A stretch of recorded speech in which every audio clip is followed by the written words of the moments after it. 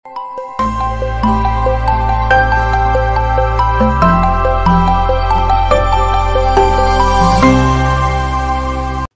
प्रारंभ पर आप सभी का स्वागत है। मैं अवनीश, हमारे साथ बाबा रामदास हैं।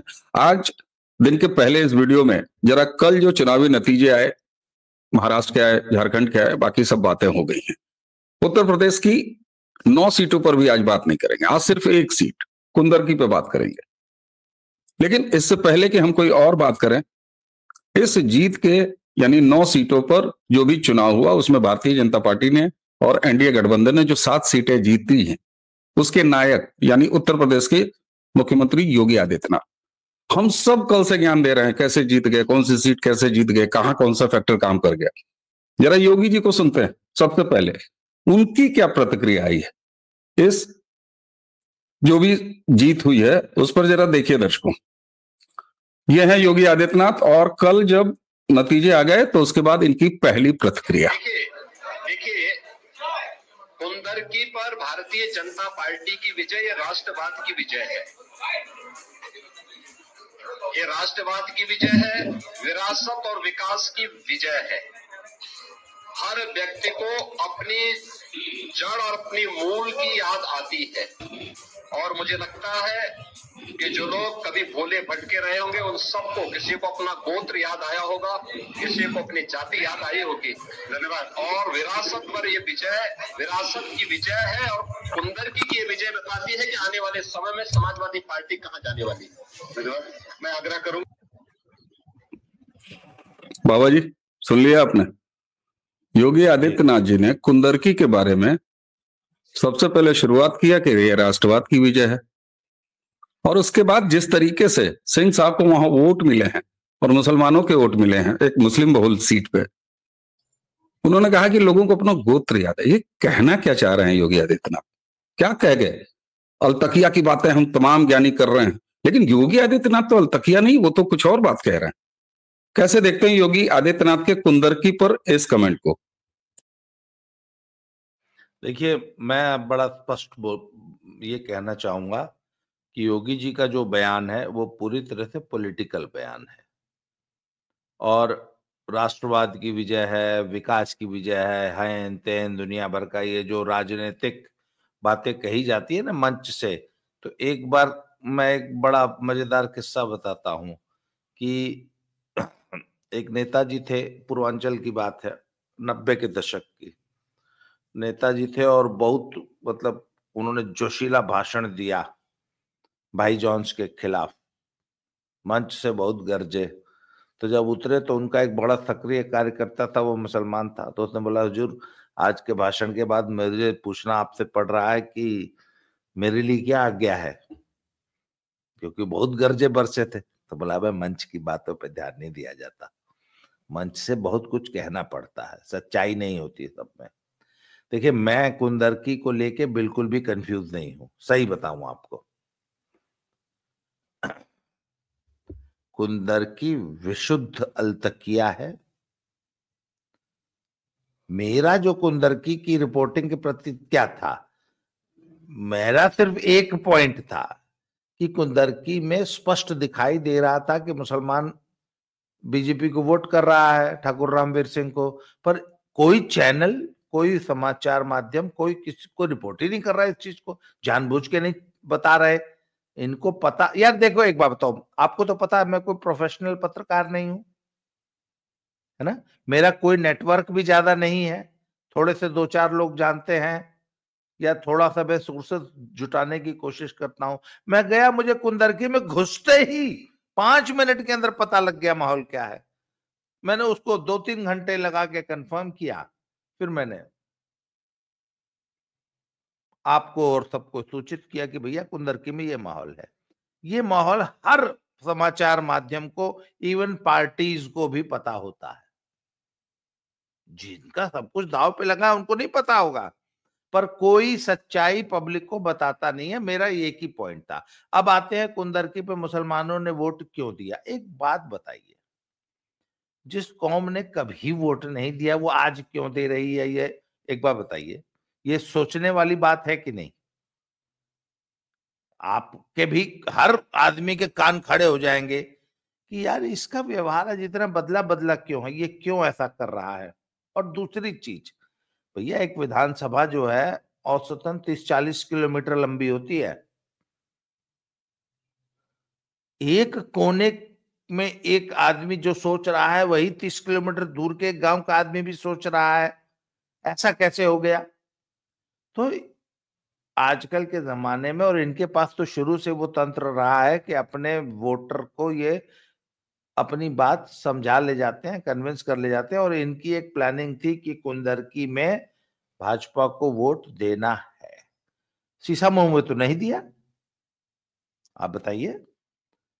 शीशामुंह में दिया मुसलमानों ने वोट भाजपा को, या फूलपुर में दिया?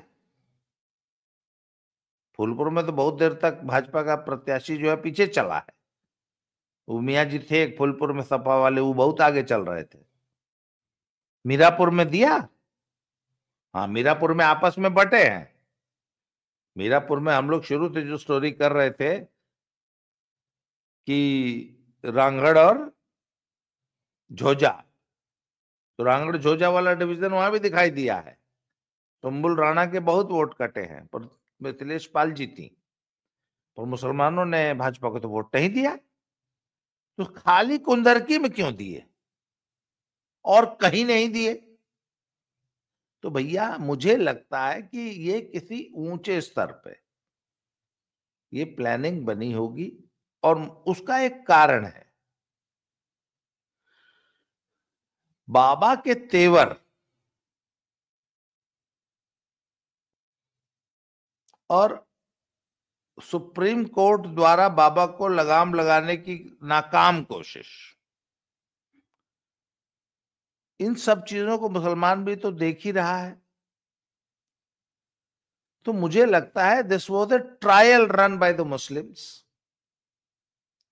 कि एक बार ऐसा करके देख लेते हैं। और एक बात बताऊं, मैं तो एक बात जानता हूं, मेरा ये पक्का मानना है कि जैसे जैसे वैश्विक परिस्थितियां बदलेंगी, वैश्विक, मेरे शब्द को ध्यान दीजिए, खास तौर पे यूरोप से जो रुझान आएंगे, आप मेरी बात समझ रहे होंगे, दर्शक भी इतने इतने भोले नहीं है, वो भी समझते सब है। देखिए, मुझे लगता है कि मुसलमान इस अलतकिया वाले हथियार का अभी और बड़ा व्यापक प्रयोग करेगा। और यदि यूरोप में परिस्थितियां वाकई बिगड़ी तो उसका सीधा असर भारत पे पड़ेगा, और बहुत जबरदस्त पड़ेगा। यूरोप में क्या परिस्थितियां बनती हैं, यूरोपियंस कैसे बिहेव करते हैं, क्योंकि यूरोप की पूरी नस्ल जो है उसको तो वोकिज्म ने बर्बाद कर दिया है। तो उनकी तो जो वो मर्दानगी टेस्ट होता है, पता नहीं कैसे करते होंगे वो सब करवाने की जरूरत है कि इनमें मर्दानगी किसी में बची भी है कि नहीं बची है, या ये पूरी तरह वो खो चुके हैं। तो यूरोप क्या करेगा मैं नहीं कह सकता, पर भैया हिंदुस्तान में माहौल बहुत अच्छा है मलेरिया उन्मूलन का माहौल। मतलब हमने तो मान लिया मलेरिया, पोलियो और कोरोना जो वायरस को जिस दिन भारत ने लिया, उस दिन एक भी मलेरिया और पोलियो का वायरस देश में नहीं बचेगा, ऐसा हो सकता है। तो ऐसे में सर आप अलतकिया मान रहे हैं, ठीक है। मैं अलतकिया देखिए, मानता हूं सर। ठीक ठीक, देखिए ऐसा है दर्शकों, कल से मैं जब भी बात कर रहा हूं तो मैं जरा इस अलतकिया, एक शब्द अलतकिया कह देने से नहीं, जरा इसको समझने की जरूरत है बेहद गंभीरता से, क्योंकि सब लोग चौंके हैं, सारे लोग चौंके हैं।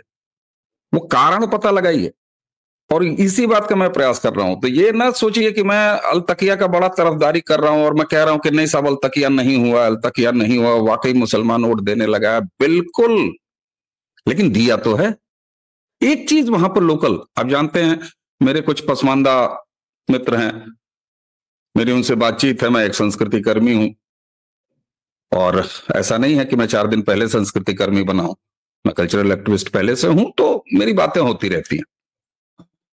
एक नई बात निकल के आई है, हालांकि चर्चा में कई जगह है और पहले थी, चुनाव से पहले भी थी, मतलब रिजल्ट से पहले भी थी, वोटिंग से पहले भी ये बात चल रही थी वहां कुंदरकी में लोकल। तुर्क और शेख, मुझे जॉन एलिया का एक गजल की 2 लाइनें याद आ रही हैं, हालांकि मैं उसमें थोड़ा सा बदलाव कर रहा हूं कि साहब, अंसार का लड़का और शेख के साथ मियां इज्जत हमारी जा रही है। तो डिवीजन वहां है। इसी तरह के डिवीजन की बात यहां की गई कि साहब तुर्कों ने, तुर्क जो अपर कास्ट हैं, यानी जिनको ये पसमानदा जो है वो अशराफ कहते हैं, और शेख जो हैं वो सेंट्रल गवर्नमेंट की जो सूची है बाबा जी, उसके हिसाब से ओबीसी हैं। ये जो साहब आते हैं वो तुर्क से आते हैं, जो सपा के कैंडिडेट थे। और ये कहा जा रहा है कि जो शेख हैं, जो अपने आप को पसमानदा कैटेगरी में हैं, उन्होंने झाड़ के जो है बीजेपी को वोट दिया और इनसे विद्रोह किया है, अखिलेश को सबक सिखाया। अब किस बात का सबक सिखाया है, इसको अभी भी मुझे नहीं लगता है कोई साफ साफ डिकोड। ये अलतकिया के साथ साथ एक ये थ्योरी है, इस पर क्या कहेंगे आप? आसमानी थ्योरी नहीं है, वहां लोकल बातें हो रही। देखिए, ये इस थ्योरी में सच्चाई नहीं है। वहां पे कुंदरकी में शेख और तुर्क का कोई डिवीजन मुझे नहीं दिखाई दिया।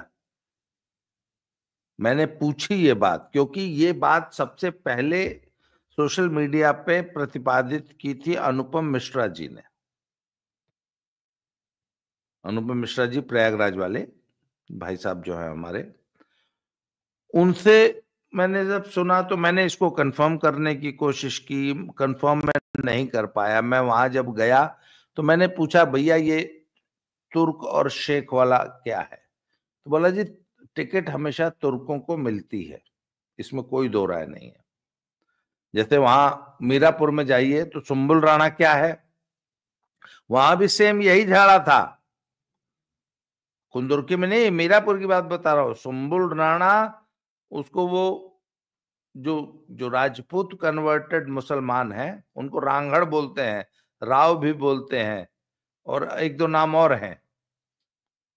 सुम्बुल राणा रांगड़ हैं, मतलब क्षत्रिय जो राजपूत जो मुसलमान बने।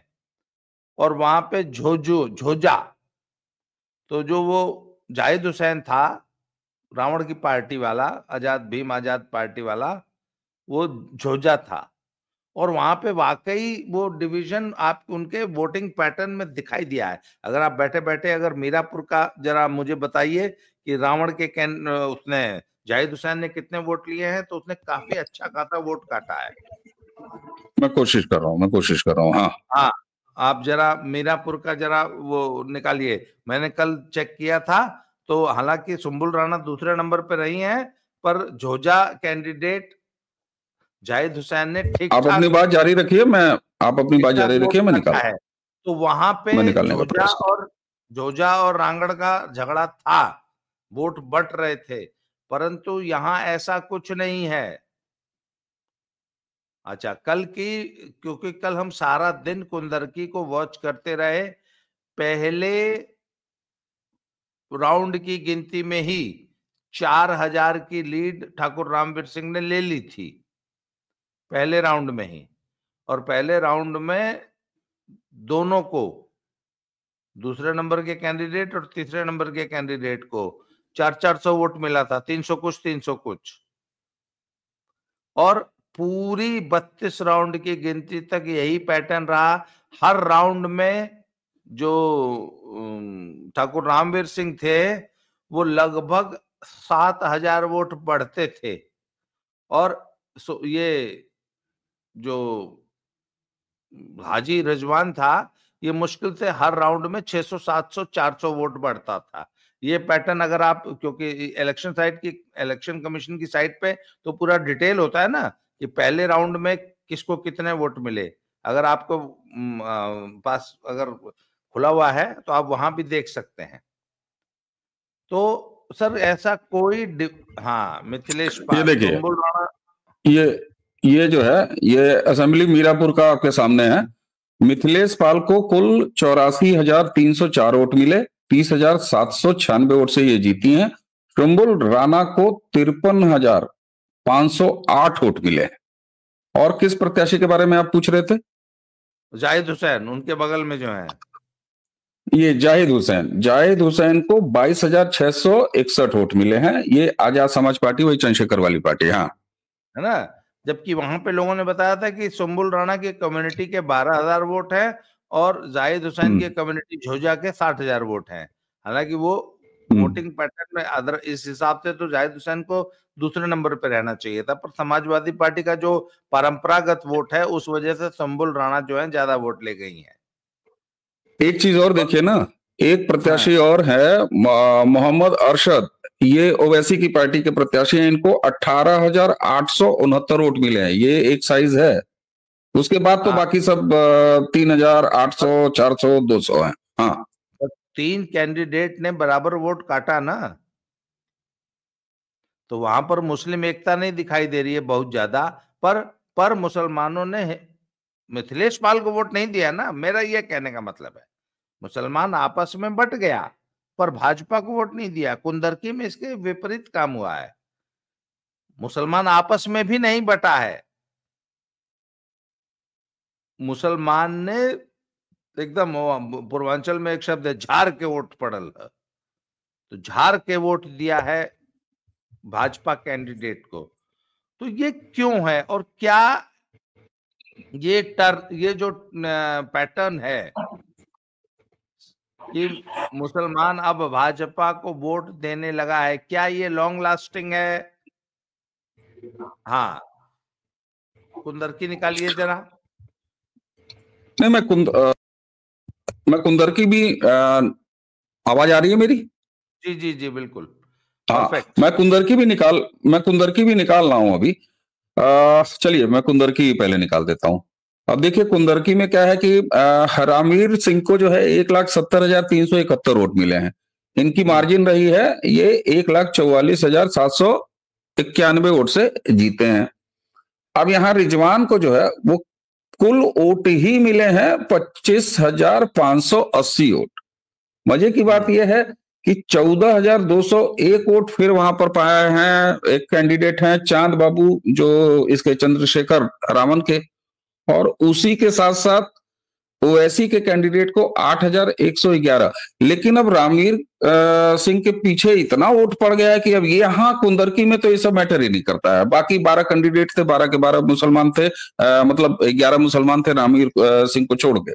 तो यहाँ चूंकि इतना एक तरफा पड़ गया 1,70,000 कि ये जो है 8,000, 10,000 जो भी है 14,000, इसका कोई फर्क नहीं पड़ रहा। मैं जो चीज दिखाना चाह रहा था बाबा जी, मैं जरा शीशामऊ सीट पे आपको लेकर चल रहा हूं। देखिए शीशामऊ सीट भी मुस्लिम बहुल है, इसमें तो कोई शक नहीं जी। सोलंकी वहां जीती हैं, चलिए साहब ये भी हैं।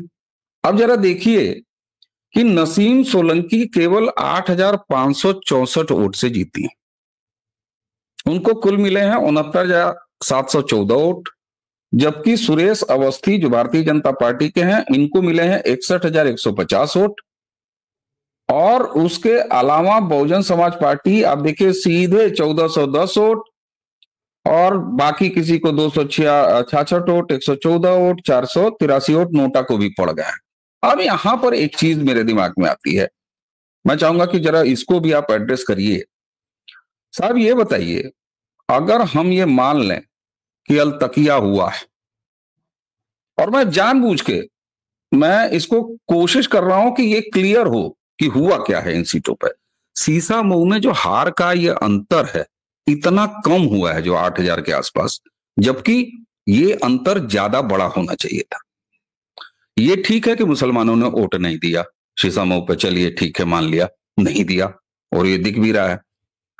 इसके काउंटर पोलराइजेशन हुआ है, हिंदुओं ने वोट दिया है भारतीय जनता पार्टी को, और जो हिंदू बाईपोल में निकलता नहीं था, सामान्यतः जनरल इलेक्शन में भी नहीं निकलता था, वो निकला है। क्योंकि मुझे लगता है कि थोड़ा सा और धक्का लग गया तो ये शीशामऊ निकल के आ जाती हाथ में। और हिंदू बटा नहीं है, आप देखिए ना, बाइपोलर कॉन्टेस्ट हुआ है। सपा और भाजपा मैं का। वही और चीज कह आज रहा किसी हिंदू कैंडिडेट को वोट नहीं मिले हैं, किसी ने वोट काट नहीं पाया है कोई वोट। 1000, 1500, 2000 वोट नहीं होता। कुल मिला के सर देखिए, कुंदर हूं। अरे की ये इधर आपने बड़ी इंटरेस्टिंग बात की। एक मिनट सर, ये बड़ी इंटरेस्टिंग आपने बात की है शीशामो। ये जरा चेक कर लिया जाए कि बंटोगे तो कटोगे, ये कितना असर किया है।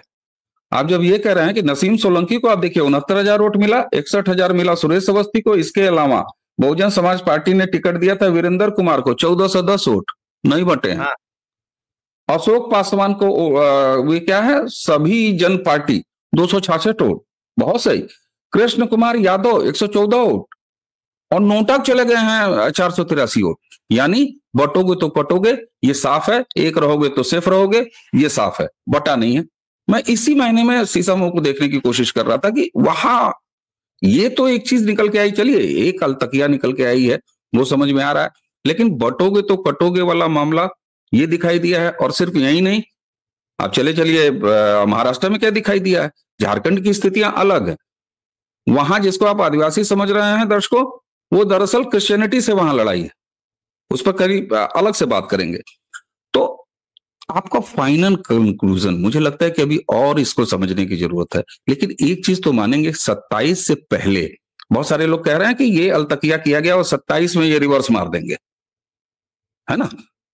लेकिन 27 से पहले अखिलेश यादव का जो पीडीए था, भाई देखिए एक माहौल भी बनता है, एक परसेप्शन, राजनीति में परसेप्शन बहुत बड़ी चीज होती है। और 27 में जिस उत्साह से जाते, अगर नतीजे ये दूसरे टाइप के होते तो कुंदरकी से इतना धक्का नहीं मिलता, शीशामुंह से इतना कम मार्जिन से वो नई सीट निकलती। तो इसका मतलब ये तो है कि 27 में गुब्बारा काफी नीचे है। औकातीकरण जिस शब्द को मैं कहूं, क्योंकि बहुत सस्ते शब्द अखिलेश यादव बोलते हैं, तो मैं उनके लिए भी बोल रहा हूं, उनका औकातीकरण हुआ है कि नहीं। और योगी जी अपनी बाइट में यही चीज कह रहे हैं। बाकी तो मान लीजिए उन्होंने चुटकी लिया है कि साहब गोत्रोत्र याद आ गया, दिस एंड दैट है, थोड़े से पॉलिटिकली करेक्टनेस से शुरू किए हैं, वो सब ठीक है। लेकिन बोले कि अखिलेश यादव कहां जाएंगे। 27 में औकातीकरण तो हुआ है साहब, 4 जून के बाद जो एकदम भभका था। मैं आपको याद दिलाना चाहूंगा 2019 का लोकसभा चुनाव, जो मैंने और आपने एक साथ मिलके आजमगढ़ में कवर किया था। हमारी बात को लोग विश्वास नहीं करते, पर हमने तो, अच्छा वो सब लोग ड्राइंग रूम जाके टिप्पणियां करते हैं, अपने ड्राइंग रूम में बैठ के। जिंदगी में जो आदमी अपने ड्राइंग रूम से बाहर नहीं निकला, वो देश का ज्ञान। पर हम तो आजमगढ़ में बूथ बूथ घूमे थे, और 16 से लेके 2 सीटों पर हम लगातार रहे थे। हमारी आपकी टीम रही थी। आप आजमगढ़ बेस्ड थे, मैं आजमगढ़ आना जाना, मैं गोरखपुर सीट बेस्ड था पूरे 1 महीने। और बूथ बूथ पोलिंग के दिन हम लोग घूमे थे साहब। बिल्कुल मुस्लिम बहुल बूथों पे 16% और 24% वोट पोल हुआ था। तो आखिर उस दिन मुसलमान वोट डालने नहीं निकला था कि नहीं? ये तो बात सच्ची है। लोग इसको मानते नहीं है। हमने कहा ठीक है भैया, तुम मत मानो, पर हमने तो अपनी आंख से देखा और डाटा कलेक्ट किया था। और हमारे साथ कम से कम 10 लोगों की टीम थी कि 19 में मुसलमान वोट डालने नहीं निकला था। तो देखिए, मुसलमान का वोट डालने का बड़ा एरेटिक पैटर्न है, एरेटिक है। कभी कुछ करता है, कभी कुछ करता है। 21 चुनाव में भाई यही मुसलमान था ना, 2009 में 21 सीट जिता दिया था मुलायम सिंह को सबक सिखाने के लिए, कल्याण सिंह के मैटर पे। यही मुसलमान था ना। और इसी मुसलमान ने फिर जब चंद महीने बाद विधानसभा हुआ तो फिर पटखनी दे दी कांग्रेस को। तो सर बात यह है कि मुसलमान का वोटिंग पैटर्न ऐसे ही इरेटिक रहेगा। वो कभी चुम्मा दे देगा, कभी नहीं देगा, कभी गाल काट लेगा, कभी चुम्मा दे देगा, कभी गाल काट लेगा। तो इस बार इसने लड़की में भाजपा को चुम्मा दे दिया है। आप देख लीजिएगा 2027 में हो सकता है फिर गाल काट ले। पर अखिलेश को एक बात बता दिया है, अरे तुमको भी जरूरी नहीं है कि 27 में चुम्मा मिलेंगे, कि गाल काट लेंगे, कि घर बैठ जाएंगे। सर अखिलेश के लिए खतरे की घंटी यहां है। हमें कोई गलतफहमी नहीं है, हम बिल्कुल नहीं मान रहे कि हमको वोट मिलेगा, पर अखिलेश को घर बैठा सकता है 27 में।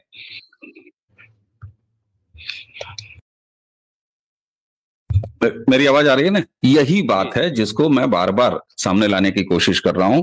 और अब चलते चलते ये बात बिल्कुल साफ है, एक झटके में बिल्कुल नहीं कहा जा सकता, अलतकिया एक शब्द में भी इस्तेमाल नहीं करने की जरूरत है। हाँ, इसी मुसलमान ने महाराष्ट्र में कैसे वोट दिया है ये भी तो जांच लीजिए। और इसी मुसलमान के महाराष्ट्र में क्या तेवर थे। आज उद्धव ठाकरे की जो दुर्गति पश्चिम बंगाल हुई है, देख लीजिए, हाँ पश्चिम बंगाल देख लीजिए, 6 की 6 सीट देख लीजिए आप। हाँ, बिल्कुल ठीक बात है।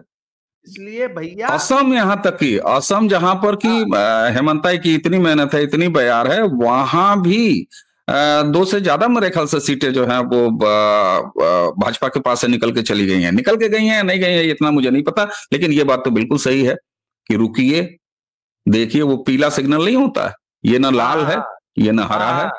आप एक ऐसे चौराहे पे आके खड़े हैं, ये पीला है, पीले का मतलब ये होता है रुकिए, देख के चलो, देखिए दाएं और बाएं, और उसके बाद तब निकलिए। लेकिन अब चलिए, जो दर्शक शुरुआत में नहीं जुड़े हैं या बीच में कहीं से वीडियो देख रहे हैं, तो अब चलते चलते जरा सा खुश हो जाए एक चुटकी। भाई योगी जी ने जब चुटकी ले ली तो हम लोग कहीं ना इसको सुन तो लिया जाए एक बार। जरा सुनिए कि कुंदरकी पर कल रिजल्ट के नायक और उत्तर प्रदेश की इस भारतीय जनता पार्टी के विजय के नायक जो हैं, एनडीए के विजय के नायक योगी आदित्यनाथ ने कुंदरकी पर क्या कहा है, इसके अपने मायने तलाशिएगा। बस ये वीडियो दिखेगा, उसके बाद हम दोनों को आप आज्ञा दे दीजिएगा। दर्शकों, ये वीडियो जरा सुनिए एक बार और। देखिए, कुंदरकी पर भारतीय जनता पार्टी की विजय राष्ट्रवाद की विजय है। ये राष्ट्रवाद की विजय है, विरासत और विकास की विजय है। हर व्यक्ति को अपनी जड़ और अपनी मूल की याद आती है। और मुझे लगता है कि जो लोग कभी भोले भटके रहे होंगे, उन सबको, किसी को अपना गोत्र याद आया होगा, किसी को अपनी जाति याद आई होगी। धन्यवाद। और विरासत पर ये विजय विरासत की विजय है, और कुंदरकी की ये विजय बताती है कि आने वाले समय में समाजवादी पार्टी कहां जाने वाली है। धन्यवाद। मैं आग्रह करूंगा। सर्वशुद्ध मजा लिया है योगी आदित्यनाथ ने। इसी के साथ दर्शकों, हमें और बाबा रामदास जी दोनों को आज्ञा दीजिए। बाबा जी, आपने हमें समय दिया, नमस्कार, बहुत बहुत प्रणाम।